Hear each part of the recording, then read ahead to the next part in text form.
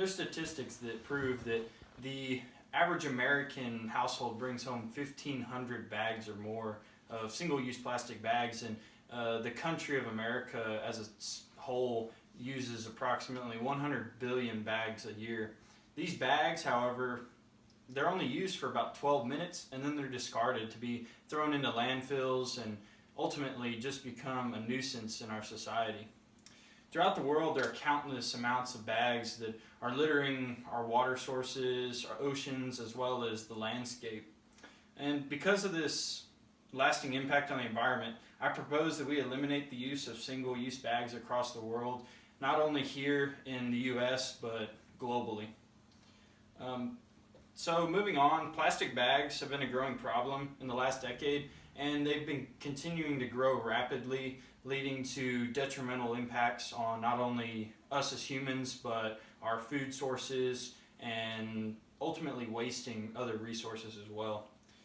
According to Beth Terry, a journalist for Mother Earth News, she reported that people are calling them urban tumbleweeds as they're seen blowing across the road and all over many states.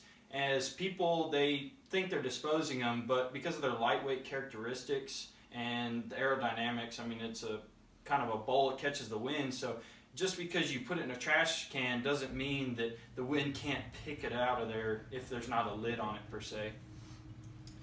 Brad Plummer, a veteran journalist for the New York Times, also said that single-use plastic bags make up 12 to 13% of our national trash on a yearly basis. And as this might not seem like that big of a percentage, this is just plastic bags we're talking about. We're not including plastic bottles and, say, milk jugs and other containers that are made out of plastic.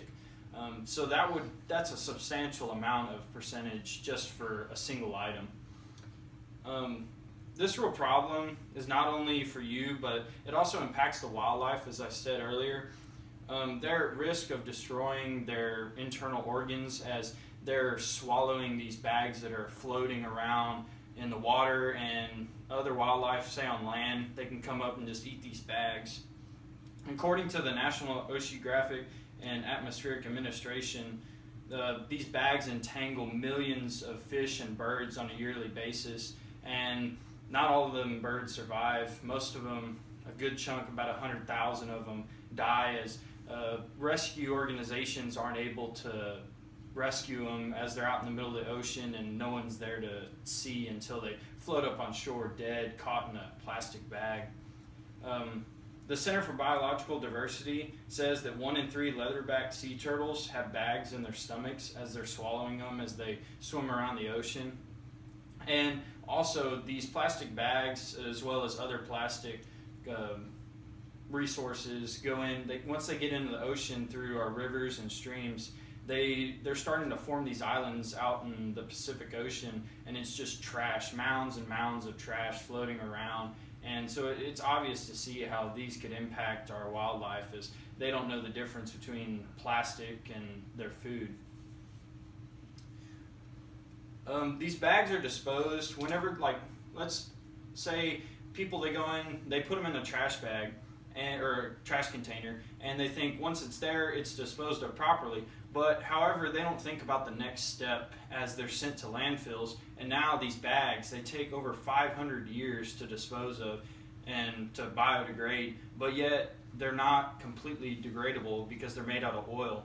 And these bags, they use over 12 billion gallons a barrel a year to produce these bags for nationwide.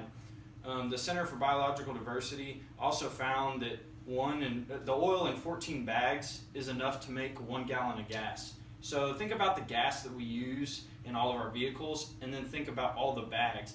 So if we cut out the bags, that would eliminate a huge chunk of our oil, reducing the natural gases put into the environment. Moving on to solutions, my proposed solution for this is to eliminate the plastic bags from retail stores and introduce incentives in replace of these plastic bags to offer more people, maybe entice them to use these alternative bags. Mark Murray, who is the executive director of Californians Against Waste, says that these laws and bans are forcing companies to find new ways of packaging their products, and retail stores like H-E-B or Walmart, they're thinking about getting rid of these bags because they're placing fines on top of them and they don't want to lose their profit margins because of these bags. And then Matt Seaholm, the executive director at American Progressive Bag Alliance, says that there is also a lot of funding for alternative bags, but not that many people know about them, as they see the plastic bags and that's just always been a go-to for us. You know, when you go through a cash register line, they always bag them, whereas back in the 70s they used to ask you, do you want paper or plastic? Now we've gotten rid of paper bags altogether, and it's become just plastic, as it's supposedly cheaper for these companies to make. So in conclusion, the lack of caution when disposing of these plastic bags is leaving a substantial impact on our environment. And I ask y'all today to go in and think about just the impacts that these bags have on our world as they blow around. And I ask that y'all be more cautious as y'all throw these bags away, and ultimately don't use the bag unless you have to for your goods when you go shopping. Ask the cashiers there to go in and see if they have another alternative to using these bags instead.